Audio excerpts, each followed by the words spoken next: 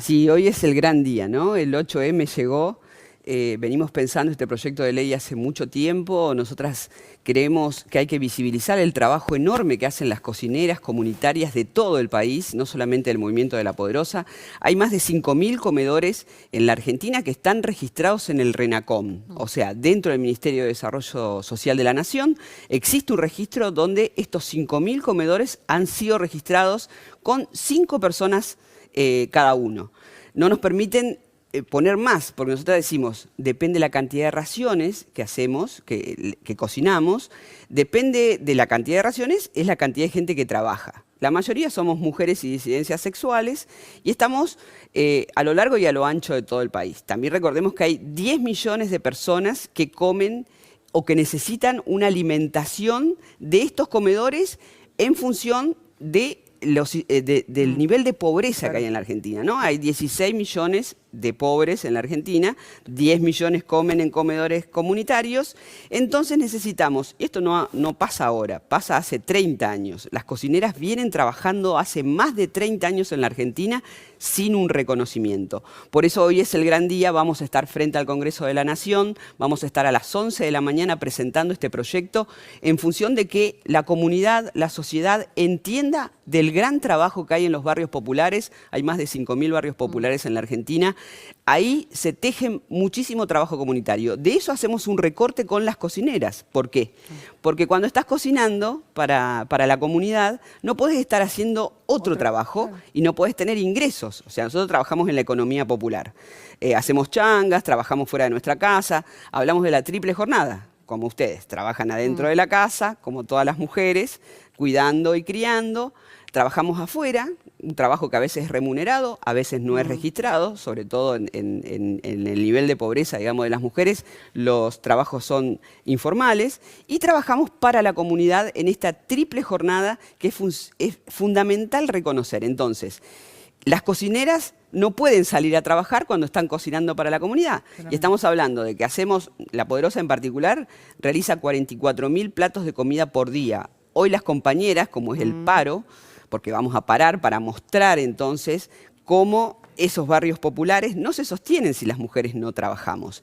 Y esto hay un reconocimiento a medias, porque el Ministerio de Desarrollo Social de la Nación envía alimentos para que nosotras cocinemos. O sea, todo el mundo sabe que hay cocineras, todo el mundo sabe que alguien cocina esa comida. Y estamos hablando porque nos parece muy importante hablar de números también. Tenemos entonces, de estas 10 millones de personas que necesitan un refuerzo alimentario, si reconoceríamos a casi 70.000, decimos. Nosotros creemos que hay 70.000 cocineras comunitarias en el país. Esto significaría el 0,07% del PBI, ¿no? Y significaría, por ejemplo, el 10% de los servicios de inteligencia. Lo que se le paga a los servicios de inteligencia, un 10%. O sea, Estiuso cobraba y las cocineras no cobran, ¿no? Además, imagino, y permiso ley, también está todo este tema de la solidaridad, ¿no? Cómo pagar un trabajo que comenzó siendo solidario hace muchísimos años y que es un trabajo. Y cómo reconocer a las mujeres que cumplen con esa tarea de manera cotidiana, diaria, pero que, bueno, sigue siendo solidario, pero es un trabajo. No existe esa dualidad cuando hablamos de las mujeres. Bueno, también, básicamente. El amor, ¿no? Del amor, de la vocación. Está muy bien, nosotras criamos con mucho amor, cocinamos con amor, pero es un trabajo. Es un trabajo. La tarea de cuidado que no está reconocida. Exactamente. Ustedes están empezando por eso. Empezamos por eso y sobre todo para las mujeres empobrecidas del país. Hablamos de jefas de hogar, hablamos también de índices de pobreza en la niñez, por ejemplo. O sea que si esas mujeres fueran reconocidas por un salario mínimo vital y móvil, obviamente esos ingresos irían a familias en donde hay niñas y niños que están pasando por una situación de pobreza. Y esto, los datos de UNICEF hace muy poco tiempo mostraron entonces cómo de cada 3 niñas y niños, 2 viven en situación de pobreza. Estamos hablando de números que duelen muchísimo en la Argentina y esta sería una manera entonces de generar ingresos para esas familias para que también la niñez esté de otra manera en nuestro país. Entonces, creemos que es muy, pero muy importante lo que va a pasar hoy.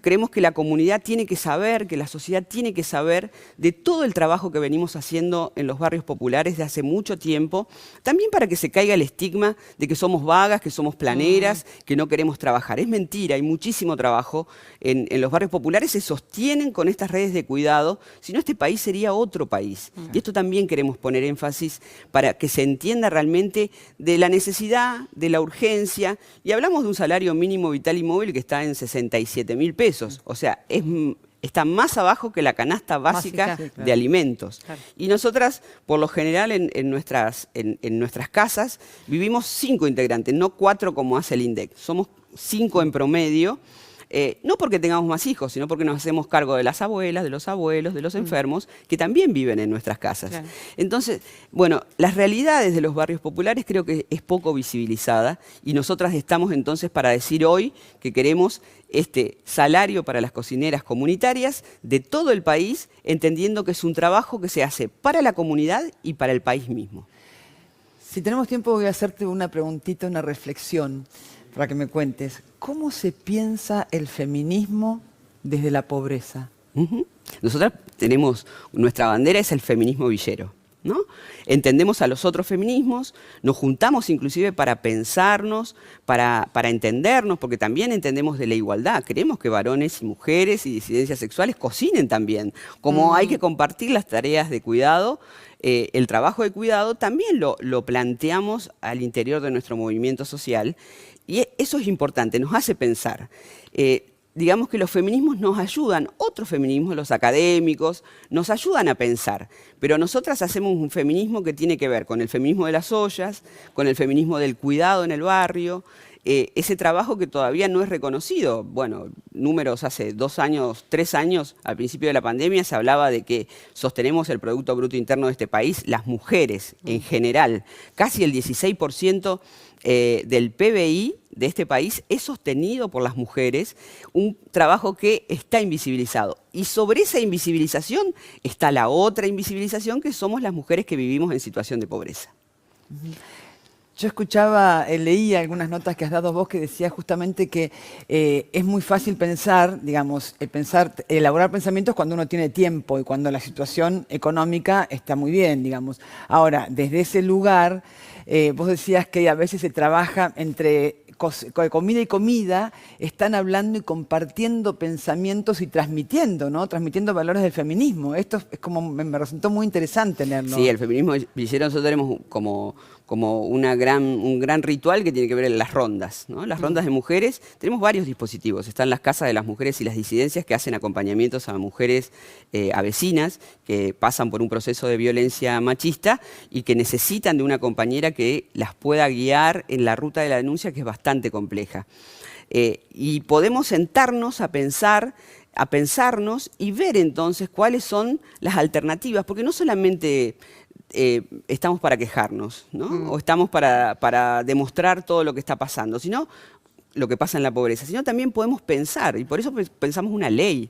Pensar una ley es muy difícil, sí, claro. Un articulado en donde sepamos de dónde puede sacar la plata, donde sepamos que también se tiene que abrir un nuevo registro para que todos los comedores y las ollas se puedan ser registrados, de dónde va a salir ese dinero. O sea, todo esto, entender lo que es el Producto Bruto Interno. No sé si todo el mundo sabe lo que es el Producto Bruto Interno en un país y cómo eso sostiene la economía.